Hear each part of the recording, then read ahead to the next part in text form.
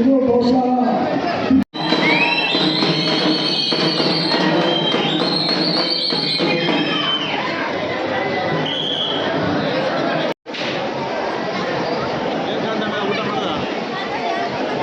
ದಯಮಾಡಿ ಅಣ್ಣ ಅಲ್ಲಿ ಯಾರು ದಯಮಾಡಿ ಕುತ್ಕೊಳ್ಳಿ ವೇದಿಕೆ ಮೇಲೆ ಅಣ್ಣ ನಿಮಗೆ ಚೇರ್ ಇದೆ ಶಾಸ್ತ್ರ ಚೇರ್ಗಳಿದೆ ಕುತ್ಕೊಳ್ಳಿ ದಯಮಾಡಿ ಈ ಒಂದು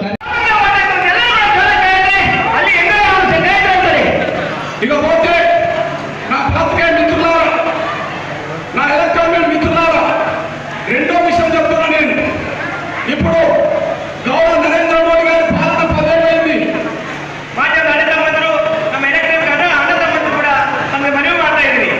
నరేంద్ర మోడీ గారి 10 ఏళ్ల పాలన మీద విమర్శలు పెట్టడానికి ఏ కారణం దొరకట్లేదు ప్రతిపక్షాలకు. నరేంద్ర మోడీ గారి పాలనని యారు విమర్శించాలి పరిస్థితినే ఇలా ప్రతిపక్షాలు చేయాల్సిన పని గౌరవ నరేంద్ర మోడీ గారి పాలనలో ఏదైనా వైఫల్యాలు ఉంటే ఆ వైఫల్యాలను మాట ನಾವು ಖಂಡಿತವಾಗ್ಲೂ ಅಲ್ಲಿ ఎందుకు ఇప్పుడు గౌరవ నరేంద్ర మోడీ గారి పాలన 10 ఏళ్ళైంది. ಮಾನ್ಯ ಅಣ್ಣತಮ್ಮಂದಿರು ನಮ್ಮ ಎಲೆಕ್ಷನ್ ಕన్నా ಅಣ್ಣತಮ್ಮಂದಿರು ಕೂಡ ನಮಗೆ ಮನವಿ ಮಾಡ್ತಾ ಇದ್ದೀವಿ. నరేంద్ర మోడీ గారి 10 ఏళ్ల పాలన మీద విమర్శలు పెట్టడానికి ఏ కారణం దొరకట్లేదు ప్రతిపక్షాలకు. ನರೇಂದ್ರ ಮೋದಿ ಅವರ ಪಾಲನೆಯಲ್ಲಿ ಯಾವ ವಿಮರ್ಶಿಸುವ ಪರಿಸ್ಥಿತಿನೇ ಇಲ್ಲ.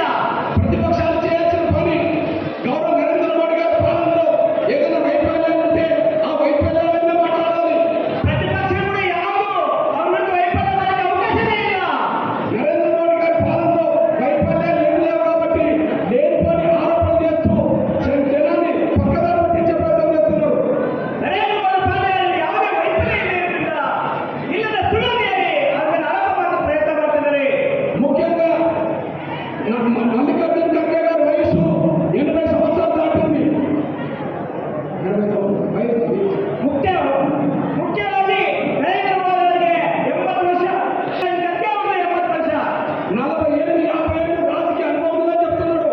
40 ఏళ్ళు రాజకీయాల్లో అనుభవం ಇದೆ ಅಂತ ಹೇಳ್ತಾ ಇದ್ದಾರೆ. కానీ అంత వయసు గల వ్యక్తి ఇప్పుడు అబద్ధాలు మాట్లాడుతున్నాడు. ಅಷ್ಟು ವಯಸ್ಸಲ್ಲಿ ಬಂದಿದ್ದ ಖರ್ಗೆಯವರು ಇವತ್ತು ಸುಳ್ಳು ಹೇಳ್ತಾ ಇದ್ದಾರೆ. ఆ అబద్ధాలను ప్రచారం చేస్తున్న ఒక అంశం ఏంటంటే ಆ ಸುಳ್ಳಲ್ಲಿ ಮುಖ್ಯವಾದ ವಿಷಯ ಅಂದ್ರೆ అబద్ధాలతో కూడిన అసత్యాలు ప్రచారం చేస్తున్నాడు. ನರೇಂದ್ರ ಮೋದಿ ಅವರ ಮೇಲೆ ಉದ್ದೇಶಪೂರ್ವಕವಾಗಿ ಸುಳ್ಳು ಹೇಳುತ್ತಿರುವ ಮಲ್ಲಿಕಾರ್ಜುನ ಖರ್ಗೆ ಅವರು ಉದ್ದೇಶಪೂರ್ವಕವಾಗಿ ಅಪವಾದ ಮಾಡ್ತಾ ಇದ್ದಾರೆ. గౌరవ నరేంద్ర మోడీ గారు మూడోసారి ప్రధానమంత్రి అవుతే రాజ్యాంగం పోతుందని, ప్రజాస్వామ్యం పోతుందని, రిజర్వేషన్ పోతే అని చెప్పి ఒక అభూత కల్పనతో కూడిన దుష్ప్రచారం నరేంద్ర మోడీ గారి మీద మల్లికార్జున ఖర్గే చేస్తున్నాడు. ಇವತ್ತು ಭಾರತ ದೇಶದಲ್ಲಿ ಭಾರತ ಪ್ರಧಾನಮಂತ್ರಿಗಳ ಮೇಲೆ ಉದ್ದೇಶಪೂರ್ವಕವಾಗಿ ಸಂವಿಧಾನವನ್ನೇ ಬದಲಾವಣೆ ಮಾಡ್ತೀವಿ ಅಂತೇಳಿ ಅಪಪ್ರಚಾರವನ್ನು ಮಾಡ್ತಾ ಇದ್ದಾರೆ ಮಲ್ಲಿಕಾರ್ಜುನ ಖರ್ಗೆ ಅವರು.